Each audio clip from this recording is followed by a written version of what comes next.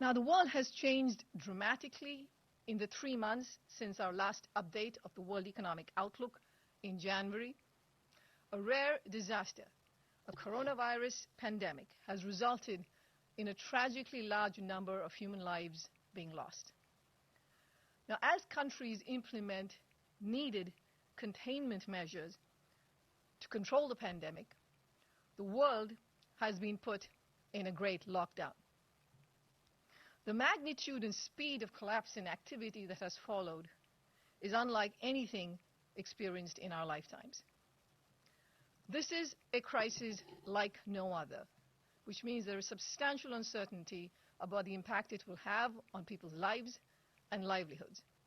A lot will depend on the epidemiology of the virus, the effectiveness of containment measures, and the development of therapeutics and vaccines, variables which are very hard to predict. In addition, many countries face multiple crises: a health crisis, a financial crisis, a collapse in commodity prices, especially for commodity exporters, and all of this interact in complex ways. Now, policymakers are responding in an unprecedented manner by helping households, firms, and financial markets.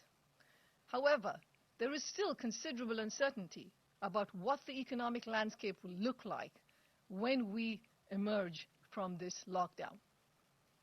So now, under the assumption that the pandemic and required containment peaks in the second quarter in most countries in the world, and then recedes in the second half of this year, we are projecting global growth in 2020 to fall to minus 3%. Now, this is a downgrade of 6.3 percentage points from January 2020, a major revision over a very short period of time.